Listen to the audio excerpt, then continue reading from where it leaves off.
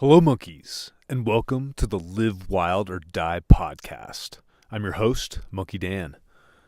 I'd like to start this week's episode off with a few quick shout outs to some monkeys around the world. So, first off, the wild man, the Viking monkey, Bryce, down in Florida. You've been getting after it, and you've also been giving a lot of support to us monkey elders, and we appreciate it, man. And thanks for the motivation. And second shout out, I'm recording this on Wednesday, February 6th, but tomorrow, February 7th, the wild man Ken at Brock Blades, he makes handmade custom knives. He sent me one a while back.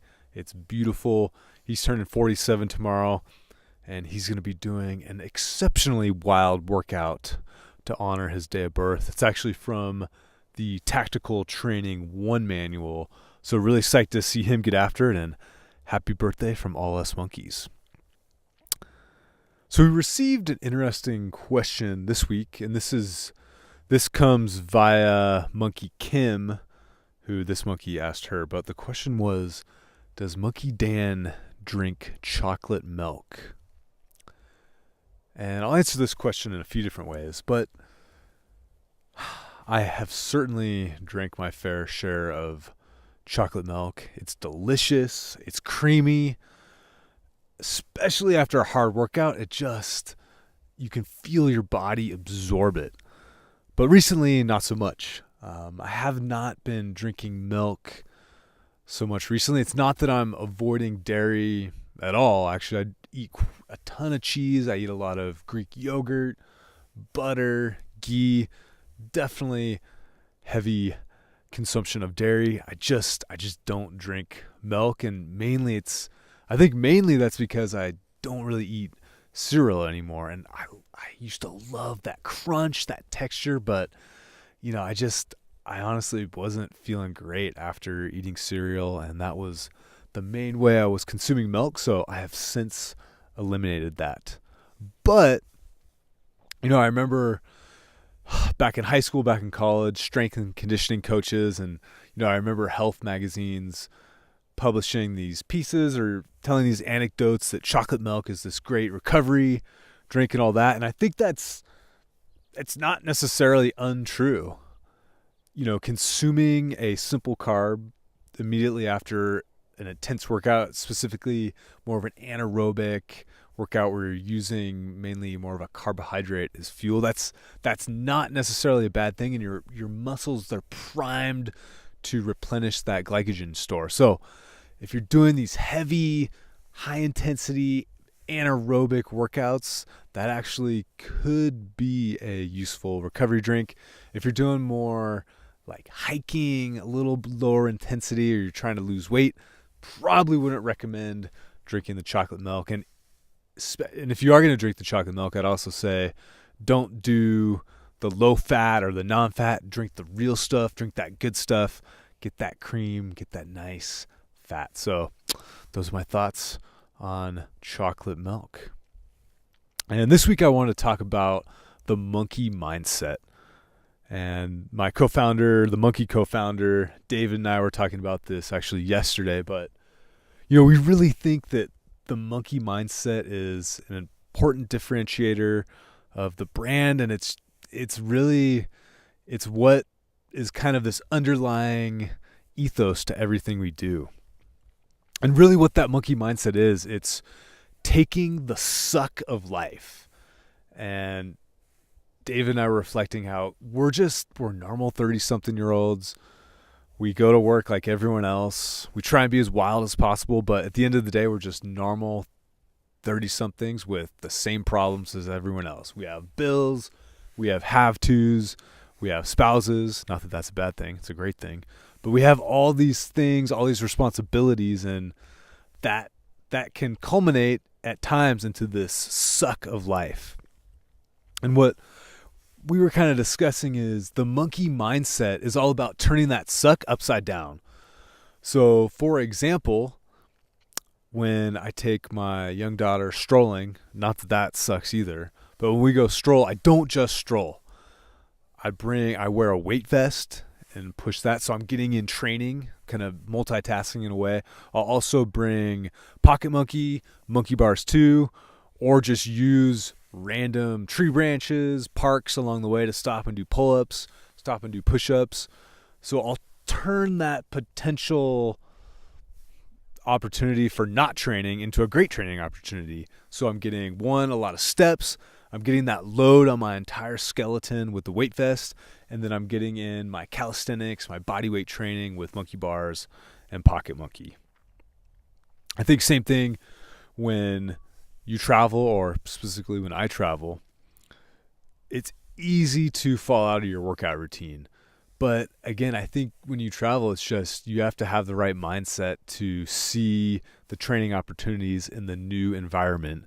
And again, I think that's where Pocket Monkey, Monkey Bars, they really start to shine in situations like that. So, we all know the hotel gym, it typically it's underwhelming. Maybe there's a machine, maybe a treadmill, and, doing something is always better than nothing. But if that's just not your thing and it's just not going to get the job done, if you go up to your room, you can use Monkey Bars, Pocket Monkey. You can turn your room into this world-class training center in a sense, combining exercises on the Monkey Bars with just body weight calisthenics exercises in the room. You could put chairs together to do dips and other kinds of holds. You could even lift furniture from inside the room. I've definitely done that in hotels. I was talking to a buddy the other day, and he was talking about how he was up at this ski town up in the mountains here in Colorado, and he was bummed he didn't get to ski. He didn't really get to go outside. It was beautiful, but in the back of my mind, I'm thinking, well, you didn't make it a priority, and you didn't think outside the box. You could have gotten up earlier and gotten in a workout.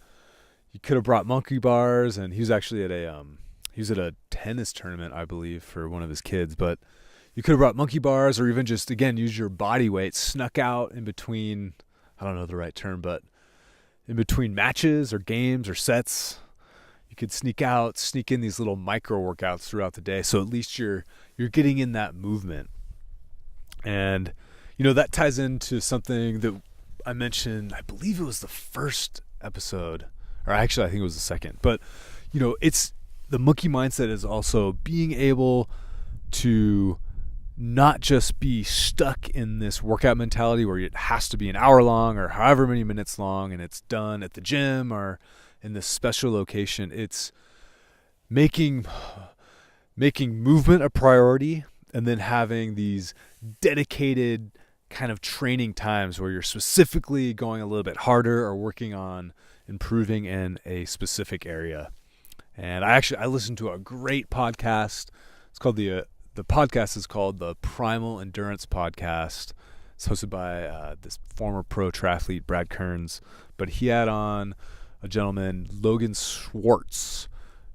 He had an awesome, he really concisely articulated this concept of this consistent movement through the day that isn't necessarily a full-on workout, but it's kind of this baseline level of movement that's necessary to just general human health, and I would argue even happiness.